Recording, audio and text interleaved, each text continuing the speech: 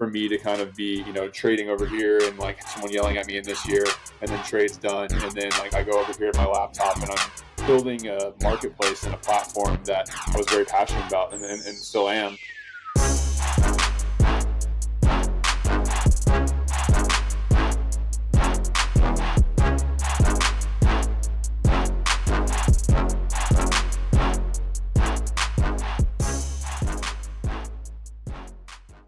All right, we are back for episode 16 of Under the Number. Today, we're joined by Zack Oliver. Zack is a former Northwestern quarterback and is currently the co-founder and CFO of an NIL platform called Matchpoint Connection. Zack, thanks for jumping on. Brent, good to see you again. Yeah, excited to chat through some stuff. Absolutely.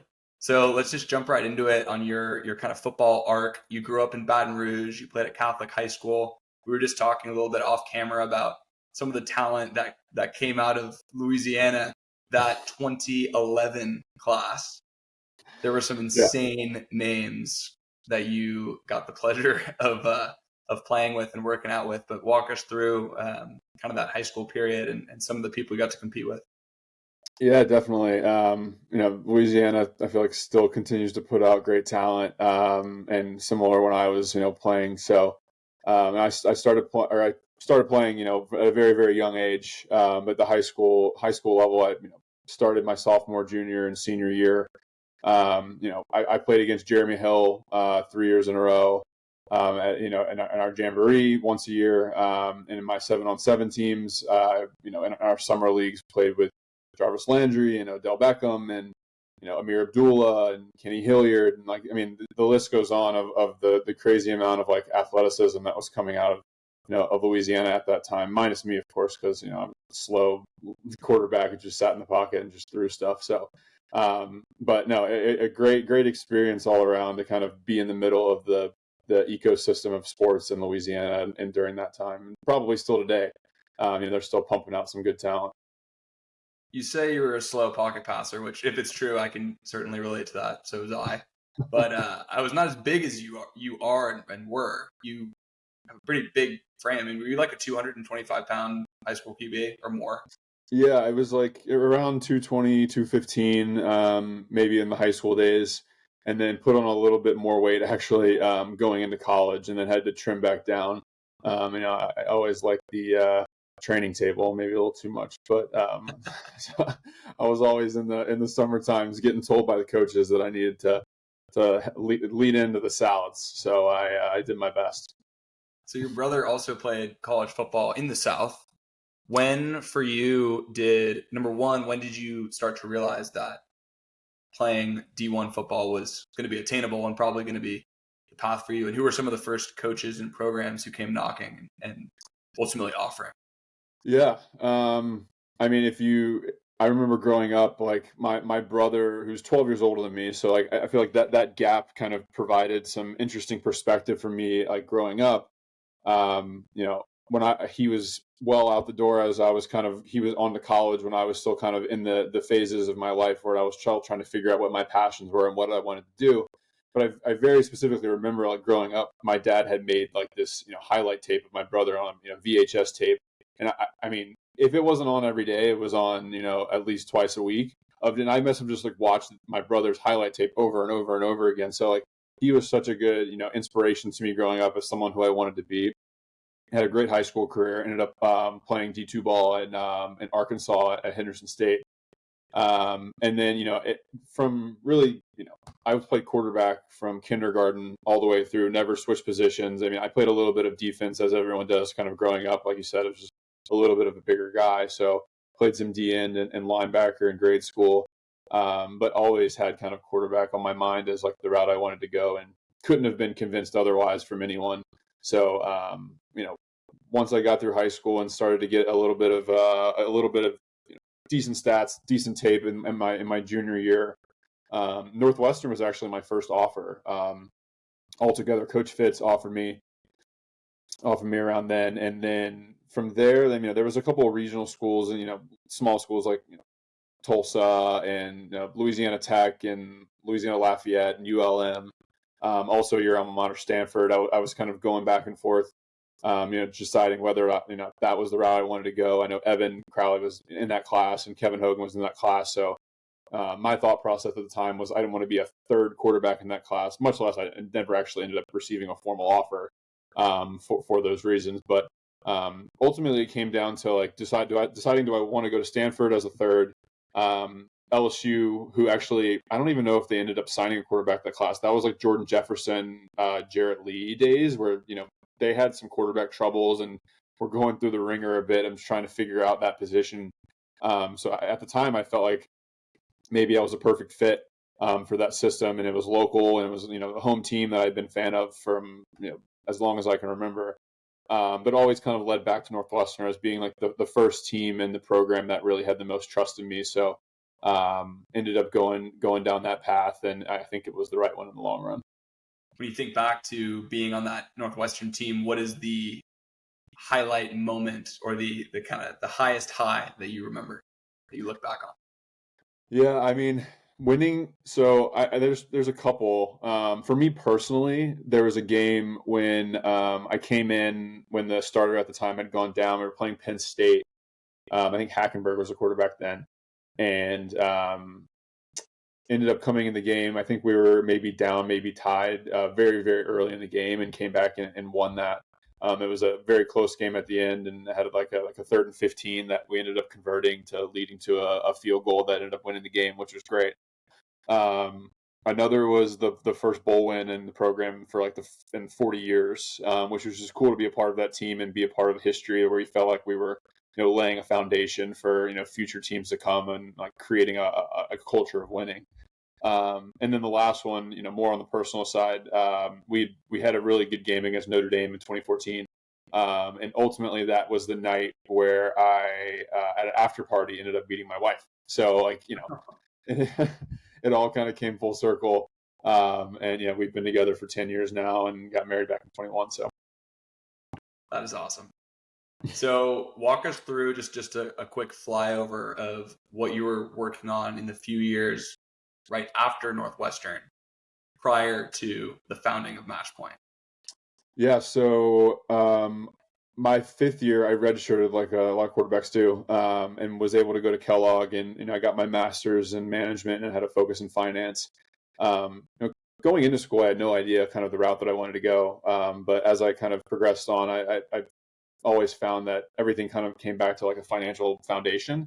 So went to Kellogg, was able to leverage the network and the learning that I had there to get an opportunity at JP Morgan in Chicago. So I was in a private wealth team there for about a year. And then my wife was able to, once she graduated Northwestern, got into Columbia Law School in New York. So we packed up and we moved east. And then I was able to, leverage the Series 7 license and some of the other licenses that I had and moved over to a position at Citigroup, where I was a trader on an equities desk. And we specifically focused on merger arbitrage, which is, we can get into that if you want to, but nothing super sexy. But a really good experience from again, the foundation and understanding a little bit more of a quantitative analysis perspective of finance. So a lot of that framework really laid the foundation for kind of what we ended up doing in the NIL world with Matchpoint. You say nothing super sexy, but you were there in the midst of SPAC mania. And for those who remember, for those who know. So give me just a little bit of a recap of some of the craziness that came from being on a trading floor in a really wild time in kind of the ZERP period. Honestly, that was kind of your timeline, right? The zero interest rate period. But talk a little bit about what that was like. Yeah, no, I mean, that was really interesting, and I'm valuable for those experiences. But basically, like during that mania, I guess these SPAC underwriters, and managers decided that, money was easy to come by, like you're saying, like in this lower interest rate environment, they were able to fundraise money very, very easily. So, there were a couple of these SPACs that ended up IPOing and had a very good return for a lot of those investors. So basically what happened was people just looked at this opportunity in the SPAC world as just kind of like freemoney.com, where there was this limited downside and this opportunity to kind of redeem your shares if you were really paying attention to kind of what was happening within the companies.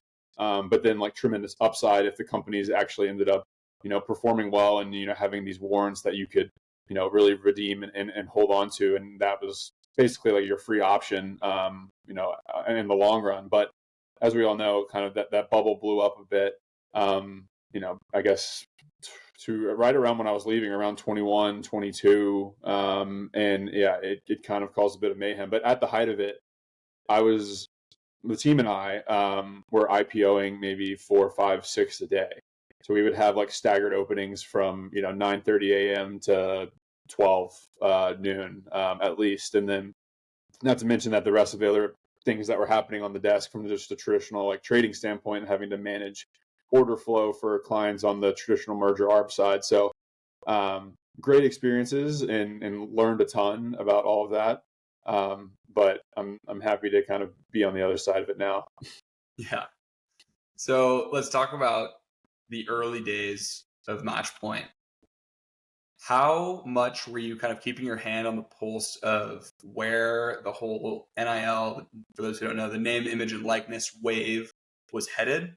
Because clearly, just if you look at the timing of the business, you guys were early and probably trying to have a product ready in anticipation of the ultimate ruling in July of 2021. That was, I can let you kind of break down, but how did the idea initially sprout up? And just talk a little bit about that timing of saying, okay, I think it's inevitable that eventually this is going to be a different landscape. And obviously today it's like night and day from what it was just a few years ago. Yeah, definitely. So at the time, my brother and I were kind of investing in some early stage businesses. And I was trying to get my finger on the pulse of like what this whole, startup ecosystem, early stage life was like. And again, at the time, fundraising back in 2019, 2020 was like seemingly relatively straightforward and easy. So we basically, saw the opportunity in where NIL was headed. And at the time when we were building product, there was only like 6 or 7 states that had really been approved. And it was basically going like state by state where every legislation at the state level kind of had to determine whether or not they were going to allow NIL opportunities to happen for college athletes. And then supposedly these like state laws were going to supersede any sort of like NCAA laws. So all the while, like, trudging along, end of 2020, early 2021, raised some money and, built a platform that we thought was going to be, the right fit for kind of everything that was going on in that space. And as like you mentioned, like the whole NIL rule as it initially was launched was really meant to kind of connect student athletes to brands for these, opportunities for them to actually monetize their image and likeness the same way that influencers do, in the same way that anyone could outside of being a college athlete, where they never had that opportunity prior.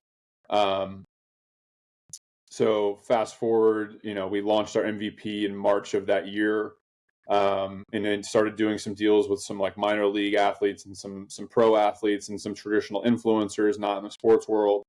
So I'm all still the while working at Citigroup, and and knock on wood, the one good thing about COVID was like this work from home environment allowed for me to kind of be trading over here and like having someone yelling at me in this year, and then trades done, and then like I go over here at my laptop and I'm building a marketplace and a platform that we were I was very passionate about and still am, and the team we were putting together a very solid team. And fast forward a little bit more to July 2021, and again we had up until I think it was like the day before the rule change, there were still only those 6 states. So it was like $1 million plus invested in technology and a lot of time and a lot of effort spent, and we were betting on 6 states. So the day comes, July 1st comes, and all 50 states go live, and we have this massive influx of athletes and brands who are interested in doing these NIL deals, and like everyone was super hungry to do these deals. And thankfully I was still green enough out of school to kind of reframe my perspective of like, what would I have done had I been an athlete during this time? And like, what are the types of places I would go? So, I did some old school sales, man, of like going on the streets of Evanston and Austin and Baton Rouge and just like knocking on doors of restaurants and brands and saying, hey, like, this is a rule that's changed. Like, you might not know about it now, but you're going to hear about it. Like, if you want to work with college athletes, we're going to be the solution to do it. This is what you have to do: onboard on this platform, find all the athletes we currently have. There's more coming every day.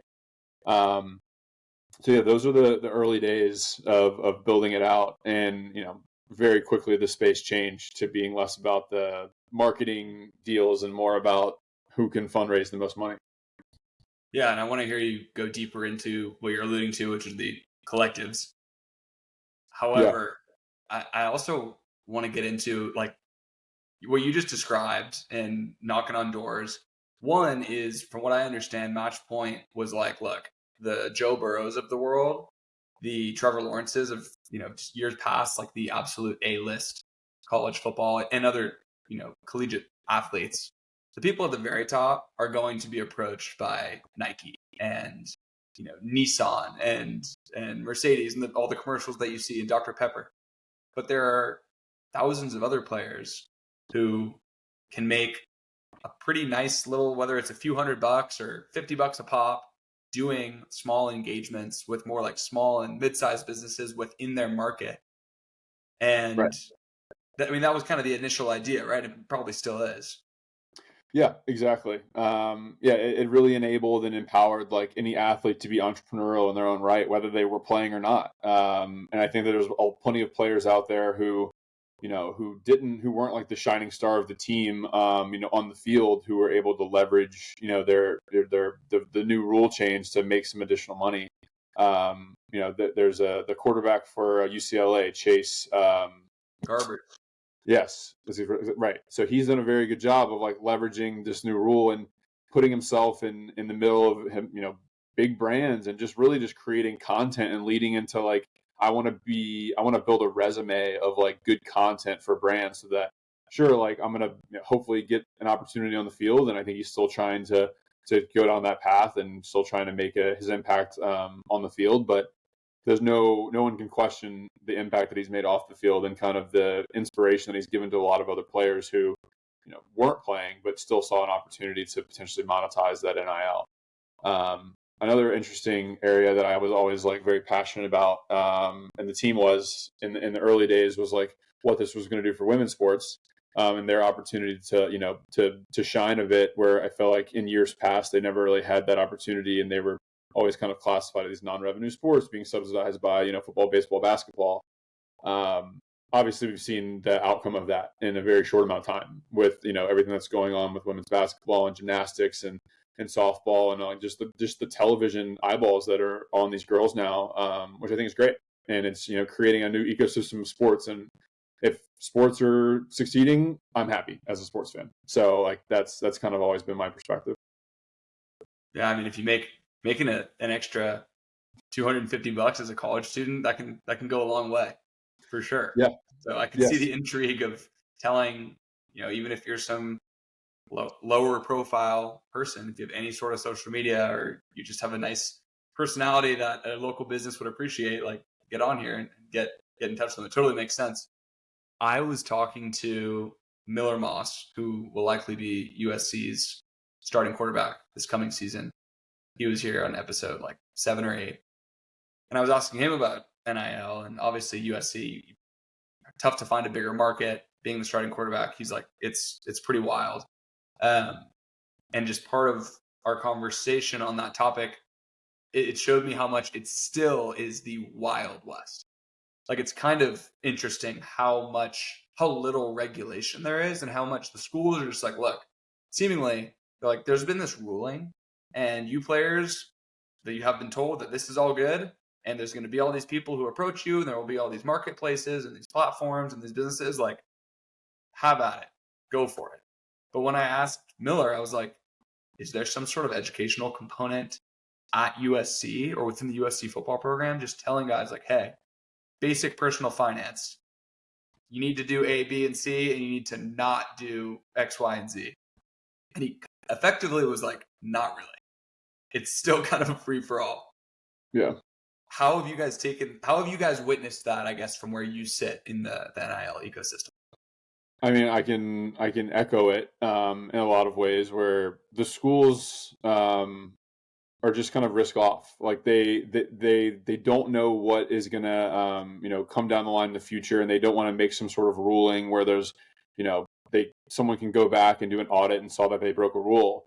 So they just ultimately decided, not all of them, some schools were maybe a little bit more risky than others, but a lot of schools were just ultimately deciding like, hey, like we're going to sit back, we're going to let the Texases of the world who, form the first collective, like do their thing and see what repercussions come out of it. Or Texas A&M, who tried to, leverage in their fundraising network and the 12th man into the collective that was kind of attached to the school, and kind of seeing what was going to happen there. And God forbid they provide any sort of like accounting, advice, and there's some sort of like blowback where a student athlete files incorrectly, and then it's on the, the school holds liability there. Like everything about it, they were just deciding like, hey, like we're going to wait and see how this plays out. And I mean, sure. And I think honestly, like I think the schools who were a little bit more risky were probably right, because the NCAA maybe have only issued like one or two like real sanctions, and they were more or less a slap on the wrist. So, now that we're getting to the days of, and now skipping ahead of collectives, getting to the days of like revenue share and like where that's going to be going in this world of NIL, like it's still crazy. There's still not a ton of like, there's still not a lot of rules around like what is and isn't allowed, other than you're still not allowed to like pay for performance at the collective and like at the brand level. But it's happening. It happens everywhere. And I mean, it's just no one's auditing it. No one's making a stake in a claim that, hey, this is wrong, this is illegal based on the rule, or there's not illegal because there's no legal precedent, but like this is against the rules. And so people just ultimately do whatever they're going to do, and money seems to be winning. As a business operator, right smack dab in the middle of this space, you mentioned the emergence of the collective model. You guys probably did not foresee that when you were first building Matchpoint. How have you been able to adapt and kind of stay agile and react to these sweeping changes that happen so quickly? You just rattled off, 3 phases of this NIL arc that have already occurred in the last not even 3 years since the initial ruling. Yeah, I think it was like the beginning of 22, when like I think that Texas came out as like this first entity that was going to be having student athletes do charity work for this like shell LLC, and going to be paid handsomely for it. I think it was like the offensive line. We're going to each get like $50K, and that created this trigger and chain of all these other schools being like, hey, like nothing's stopping me from like forming a $150 LLC and just like funneling money through it, for the purposes of really money laundering in more or less way, to the getting money to the student athletes, and in a compliant way within the rules. Like it was allowed. The one little caveat that the IRS jumped down on quickly was like the rule around nonprofits and people trying to kind of create these 501c3s so that the donors themselves could have a tax deductibility element to their donation. And there still are some schools who have that, and I actually believe they're doing it the right way, Northwestern being one of them, as a 501c3. But the IRS, got flooded with hundreds and hundreds of, inquiries and submissions of trying people get this tax exempt status, and they were just like, whoa. That was the first time I ever saw the government make any sort of like claim that, hey, like something's going on in the space that's serious enough that we need to like make a statement. And they put out a statement basically saying, if you're involved in NIL activities, we're not going to be granting any more, 501c3 status. Quickly thereafter, people were just like, I don't really care about the tax exempt status. So they just went along and formed their, LLCs, and really just went into private fundraising mode of, this what used to be this black box of money that the school would take in and distribute kind of at their own helm, now became a little bit more of a targeted effort where a donor of university could sponsor a specific player, and they felt attached to that sponsorship, and they felt like passionate about, hey, I want to help this quarterback or this, this softball player or whoever, you know, come to school here and make a name for themselves and, make the program proud, which ultimately makes them proud. Where, the college athlete fundraising market used to be $19 billion a year. I'm sure it's still that. And there's a zero-sum game element to this where I don't think new money is probably added in. It's just been redirected from going directly to the universities, but now being like reallocated to still going to the university, but a big chunk of it has now come over here to the collective space. And I still don't think that a lot of schools have like quite cracked the nut on like how to effectively fundraise in this NIL world. And maybe they're hoping that this revenue share, ruling is potentially going to negate that. But in my opinion, I think you're just going to raise the floor, and everyone's just going to keep getting more and more and more. And the collectives are going to be the transfer portal element, and then the revenue share is going to be the base salary. Yeah, a lot of people were saying that revenue share announcement, officially marked the end of collegiate sports. Officially marked the end of collegiate sports, making it, effectively a semi-professional operation. Maybe I'm just unfamiliar, and maybe there is some big winner that I don't know about. There have been plenty of startups and small businesses and people who saw this transformation coming, and you can see the many ways to try to get involved and make money and build a successful business. Has there been one startup or maybe one tech-driven, whether it's a platform or something to help players get better representation, whatever it is there some business that has been the clear winner 3 years in? I don't think there's a single clear winner. I think that a lot of the players who were early adapters were able to get a pretty decent head start. There were some other businesses that kind of pivoted into this space and leveraged their relationships with the schools that they already previously had. So Teamworks is one of them. They acquired Influencer, and then Open Doors, which was effectively at the time a competitor to Teamworks, where they were providing media assets to the student athletes. They were getting paid by the schools already on this like subscription model. So they were able to really leverage those relationships and, find a way into a good chunk of schools, which, at the time, early days, it was just like this big land grab. It was like, who can establish the most relationships to the most schools to process the most money? And then, companies like us and Mogul and maybe a couple other, companies came along to kind of I was about to say like scoop up the crumbs and the pieces, but they're not crumbs. They're still a very much a big piece of that pie. Where there's enough opportunity for everyone. So whether a school is an Open Door school or an Influencer school or Matchpoint school, like the athletes can do whatever they want. So just because one platform or one technology solution the school has adopted, the student athletes themselves are on all the platforms. They're trying to figure out where are the deals happening now, where they're going to be happening in the future. So they're diversifying themselves and kind of being everywhere to the extent that they want to be. And I think that that's been probably the smartest move on their end, because who knows where we're going to be 3, 5, 10 years from now. You mentioned Mogul. I know that was co-founded by, or maybe just singularly founded by, Brandon Wimbush, the former Notre Dame quarterback. It's also funny that I didn't realize that about Teamworks, and anyone who played collegiate sports might remember Teamworks was literally a like team management software where, when we used it, it was your team meeting schedule would be hosted on Teamworks. Yep. But that's a pretty funny and seemingly pretty smart pivot when they already had those existing relationships, having sold into X number of athletic departments, to then just say, let's get in on this NIL action too. Yeah, it was smart. And they've approached the college athlete world or the college ecosystem really in a smart way of kind of acting almost as like a holding company. And then they'll go scoop up, a bunch of other players in the space and different aspects of it, whether it's recruiting or, marketing or financial literacy or NIL. So they basically just went and bought out all of these companies to kind of gain as much,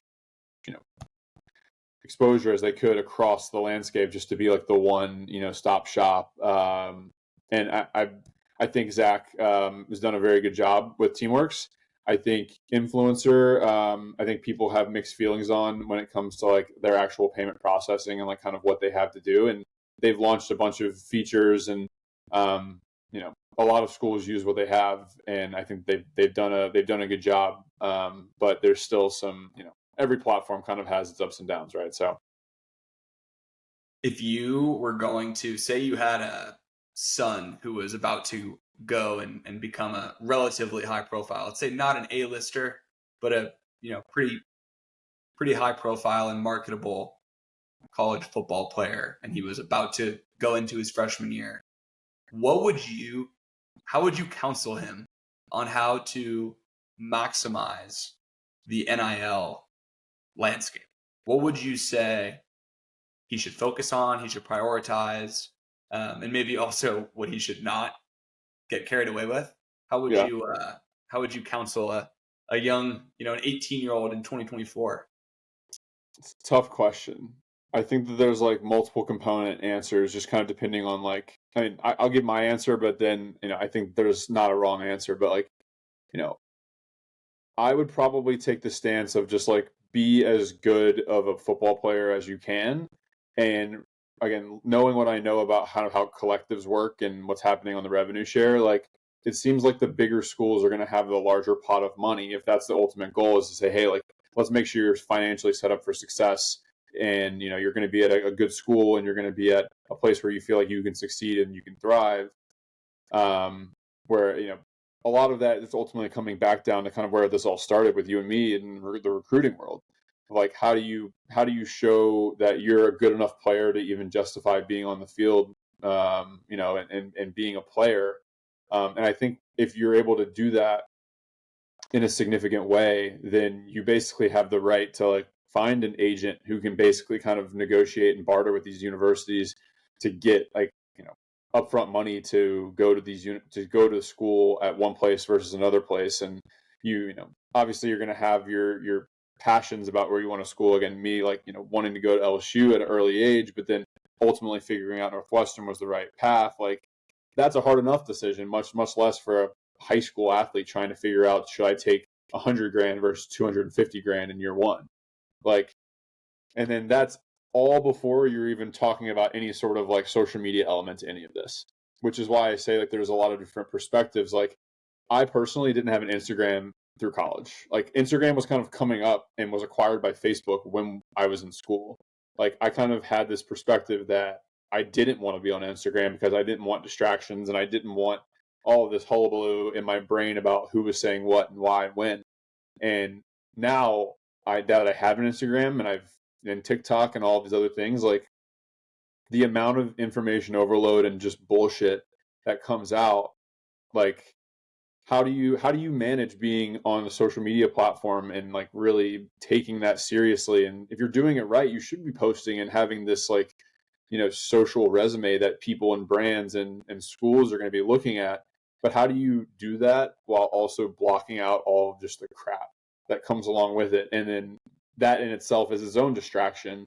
So, man, I don't envy the kids that are going through it right now. I mean, I do have the money, but the decision making and like what they're having to go through, especially the parents, I think that's tough. I think there's a lot of elements to that neither you or I really ever had to even think about. It was hard enough making a decision where to go to school, and this is adding a crazy, multiple factor element to this. Totally. I think, not to mention the added team dynamics of Right. everything being so public. You know exactly how much this guy just made in this deal and how much he received to transfer in, and it's just it seems to complicate. Like, it would only complicate things in the locker room astronomically. Yeah. And that's just the new reality. To maybe you have a perspective on this, maybe you don't. We both kind of agreed this is, and lots of people agree, this is the Wild West currently. I think that my personal prediction is that people will look back on the first, call it 5 to 8 years of NIL as like, wow, that was a free for all. And there will likely be some sort of regulatory seatbelts put in place. I don't really know what they're going to look like. I know that I've had conversations with people who are like, look, go ahead, pay the players, but put the money into a trust that they can't access for this amount of time. And what is your prediction that maybe the next big shift will be? And it could either be a continuation of this tidal wave of just more and more and more, or maybe you think it's more of something that is a seatbelt. That's more of okay, we're trying to do this for better or for worse to protect the student athletes and kind of rein in what has been a wild first few years. Yeah, it's a tough question. I mean, I think, we referenced the revenue share. I think that that's going to be the first kind of domino to fall towards having like this, where the schools are you're going to be finding ways to directly compensate the athletes. Again, whether the schools are actually making that payment themselves or using a platform like Matchpoint to facilitate that payment, regardless, indirectly, they're going to be the ones facilitating those deals. I'm not quite sure exactly how that's going to fall down line to, calling it like the non-revenue sports, the Olympic sports, and like what that's going to look like to them. And is there going to still be TV elements? Is it going to be like a pro rata based on like how many viewers are on each game? And like, how are they going to distribute that money? And that's all before we even talk about Title IX, like, and how that's going to get involved with all of this. And I think I saw in an article, basically someone came out and just said like, oh, the Title IX issue will just resolve itself in court. And it's like, maybe, like, I mean, you're probably right, but like, it's still a crazy thing just to like lean on the fact that we're just going to be changing laws for the sake of changing laws because of like how the space is evolving. But I guess that's kind of going back to the reason all of this changed in the first place, which is like, you should be compensated for your direct, correlation to like how much money you're bringing into either yourself or to someone else. So I think, like I kind of referenced earlier, like I think you're going to have a raising of the floor of how much these athletes are going to be receiving. I think you're going to have like a standardization around, the top, as the Power 5 or Power 4, however many conferences there are now. Like they're going to have like a standard amount of money that they're going to be paying all of their players. And I don't know if it's going to be different by conference. Probably will be. So I think like your SECs and your Big Tens are going to, their top programs in football, baseball, and basketball are going to receive, the bulk, and there's going to be a trickle down effect to them. I think, the Big 12 and, to some extent, like the ACC probably you can make an argument could fall within, the Big 10 and the SEC realm. But, the disbursement of money, no idea, but I think that you're going to have like this windfall of money that's coming from these TV rights deals. And then you're also still going to basically have these student athletes receiving money from donors, either as an incentive to go to school in one place or another, or as an incentive to transfer. But a lot of people think that the money's going to run out eventually. So you started to already see some donors who have some buyer's remorse. And college athletics is not pro athletics. Like just because you buy a quarterback or an offensive lineman or a safety, that doesn't guarantee you a win in football. And basketball is a whole other, issue where like the basketball players are being compensated more than anyone else because there's only 5 guys on the floor. So I'm dancing around the question because like I really don't know or exactly what's going to happen, obviously. But I think you'll probably see revenue share, collectives will stay where they are, maybe, raise a little bit less and be a little bit more of like a one-off here and there. And then you're probably going to have some sort of lawsuit in the near future because of Title IX. But I think none of this will probably happen until 25, 26 because we're in an election year now, and this is just not a priority. We'll wrap up with 4 rapid fire questions here. Number 1, very important one here. Will you be playing NCAA 25? My wife allows it.